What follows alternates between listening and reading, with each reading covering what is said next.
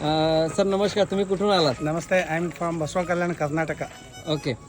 कसं वाटलं तुम्हाला training? It is very fantastic training. We are given lot of information which even the animal husbandry department cannot give. Such information you have given, and I am very happy to attend this training. Sir तुम्ही याच्या आधी काय करत होतात? I was a commissioner. I retired for 4.5 years back, okay. and now I have a mango garden on 10 acres.